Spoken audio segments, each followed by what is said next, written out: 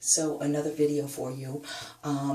Okay, so basically today's theme is going to be ADD. The last video that I made on Oprah, I think I either mentioned it or it was just clearly really obvious that I was kind of all over the place.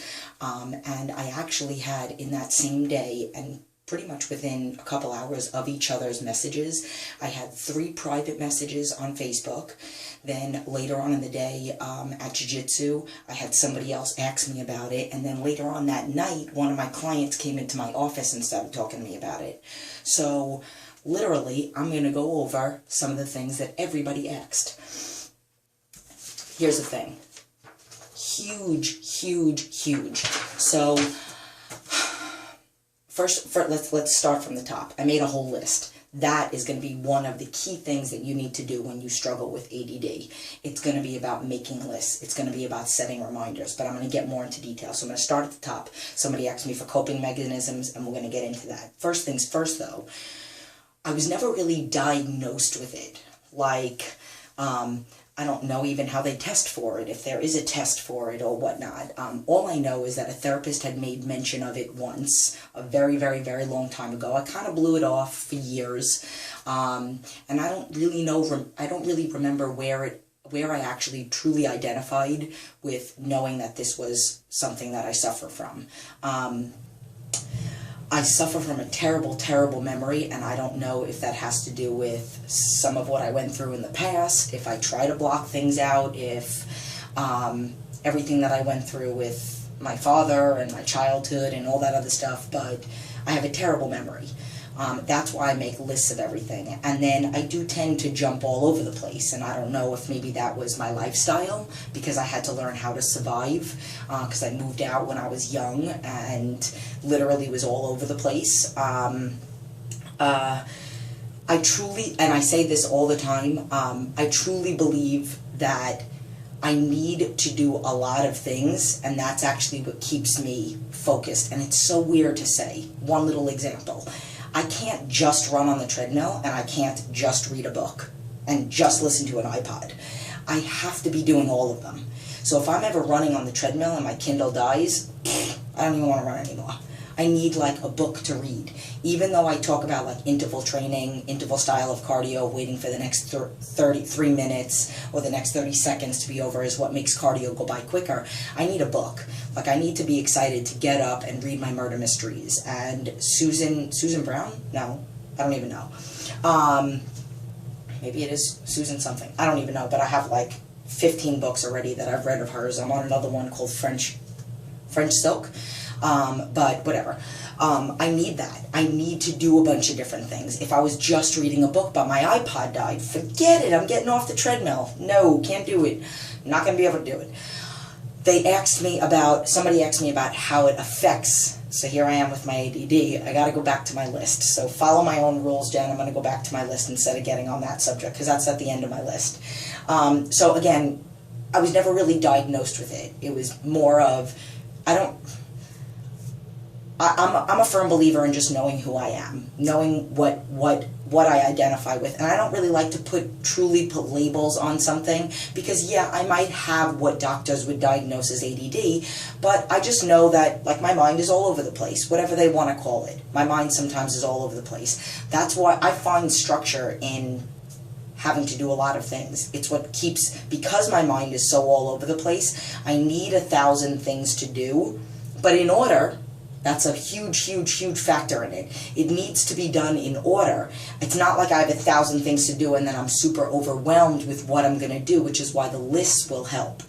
I just need a long day, because with ADD, if I don't have 1 or 2 things to focus on it, or with my issue, if I don't have 1 or 2 things to focus on that moment, I think about too many other things, which also comes to my emotional connection to food, which is usually the go-to thought process, which is a lot of ours. So that's pretty much what has made me define what it was that I had. And then what I do is I truly don't believe that anything negative or bad is something that we have to truly suffer from. So whether I have ADD or not, or whatever it is, it's not going to define how organized my life is. It's not, I'm not going to say, oh, I can't live an organized life because I have ADD. I can't have, and there was things, good relationships. I can't, you know, be around my son and take care of my son because I have ADD. No, my memory. I can't not be somebody that, I can't be somebody that says, oh, I forgot this and I forgot that and I forgot that. Oh, I have a bad memory. Like, I don't believe in that.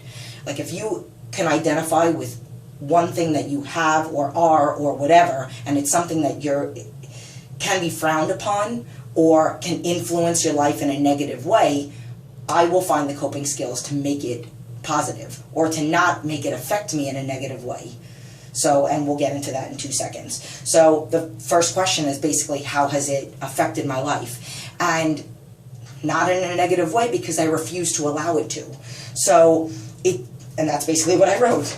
It doesn't, since I don't allow it to have a negative effect on me. The same thing with my memory. Like, I have a very, very, very bad memory. And again, I don't know if it has something to do with the blocking out. There are things I don't really remember about my childhood. And I don't know if sometimes that comes into play even in my life right now. Like, my husband will make a joke, and we're going to talk about husbands. My husband will make a joke with me, oh, do you remember that movie we saw? And it literally could have been like 3 months ago. It doesn't have to be years ago. And I'll be like, no, and he laughs at it because my memory is that bad. My clients will never, ever, ever hear me say I didn't remember that or I forgot to do that. Oh, they wanted me to bring in protein. They wanted me to bring in a bucket of egg whites. Oops, I forgot.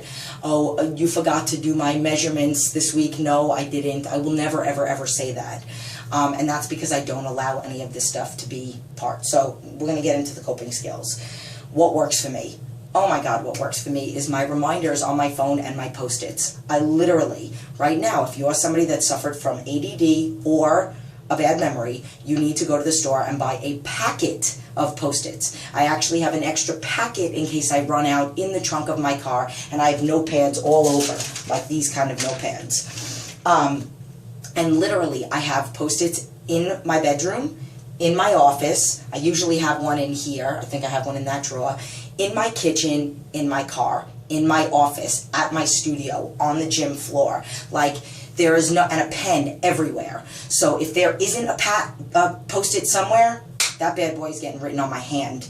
If I'm in the middle of session and somebody's like, oh, can you bring me egg whites on Saturday? I'll grab a pen and I'll write it on my hand if I don't have anything else, because I will not forget that. As soon as somebody says something, as soon as somebody asks me for something, I will make sure. My son, Mommy, can we please do this? Okay, Mommy's going to write that down. So the best thing that you can do, Post-its everywhere, and you write everything down. And then you have to get organized with your Post-its. So maybe at the end of the day, you take your Post-its and you make a list, and those are the things that you're going to do. Whether it's the next day or at the end of the day that night, you get it done. Like, even, let's just say, like, some people, like, I know some people are like, okay, I got your text, but I got like 1,000 other texts at the same time. So sorry I didn't respond to you.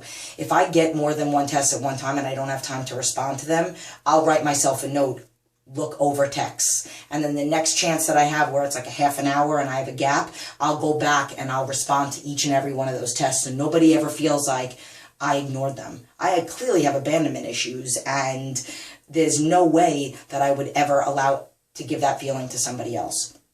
Reminders on my phone. I have been posting for 3+ years a motivational quote on Facebook and saying happy birthday to whoever's birthday it is today every single morning.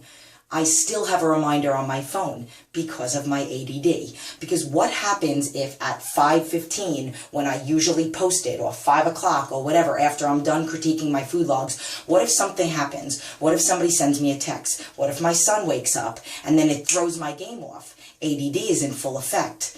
What if I forget to post my motivational quote? To me, that might not seem like a big deal to you guys, but to me, that's devastating for me to not be a woman of my word when I said that I would post every morning. So I can't do that.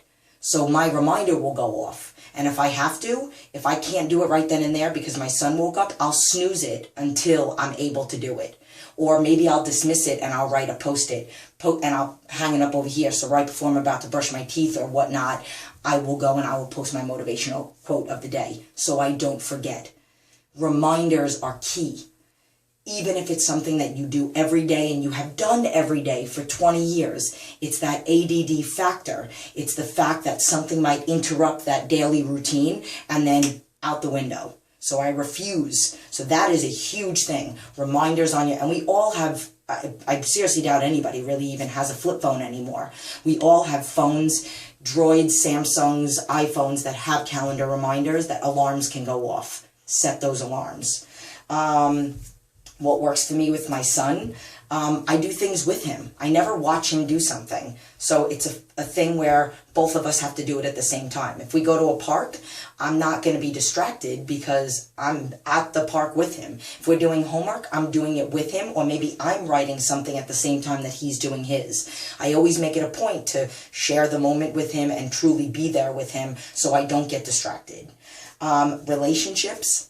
I have to say, I truly have the greatest husband, so he knows who I am, and if I have a bad memory, he never has heard the word forgot. If he asks me to pick something up at the store, you better believe I have a Post-it for it. I'll always remember it. If I don't remember a movie, he doesn't care. Really, is it that big of a deal? Like, I made a video about, really, is it that big of a deal that you're going to give your husband a hard time if he leaves a seat up? My husband doesn't, but I'm just saying. If he gives you, is life that terrible that you have to waste that much negative energy on that? And that's the same way that he is. Really? Is it that big of a deal that you're going to get mad at me because I don't remember a movie that we saw? So it doesn't really affect that. I think that's really it. And hi, Dinkerdoodle. Do you want to say hello? Say good morning. Come here. They can't see you. Say good morning. And what do you want to give them a message? Your usual message? No. Do you want me to tell them what I think you might say?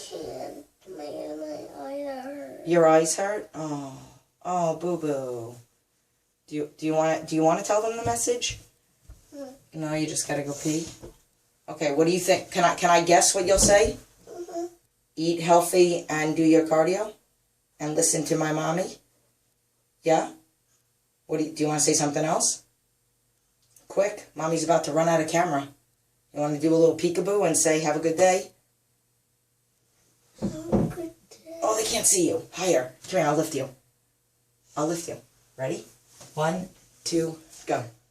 Happy Thanksgiving. Okay. Thanksgiving was yesterday, but we can all be thankful. What happened? Did I pinch? No. Oh, all right. Now he's just playing. All right. Well, you know what? You got your message. Happy Thanksgiving. Be thankful every day for everything that you have. I really hope that this helped somebody. Make your lists and set your reminders and go buy Post-its. It's really as simple as that. And keep them where you could see them. I mean, if you write a Post-it and you don't put it where you're going to see it, then what's the point of it? So you put it right there, because I really hope everybody's brushing their teeth every morning and at night. So, just saying. You got your message from Koa, you got a guest appearance, you got some happy stuff, and I am about to go get ready and go train clients. So,